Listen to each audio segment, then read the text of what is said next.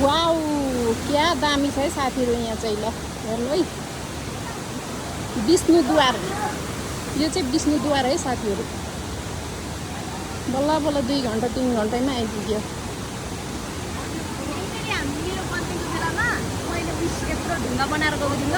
यही हो ल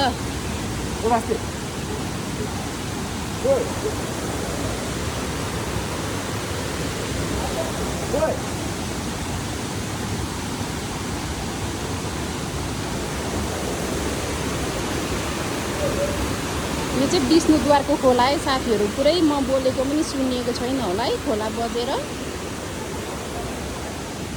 यहाँ चाहिँ छ विष्णुद्वार यो चाहिँ निस्किने बाटो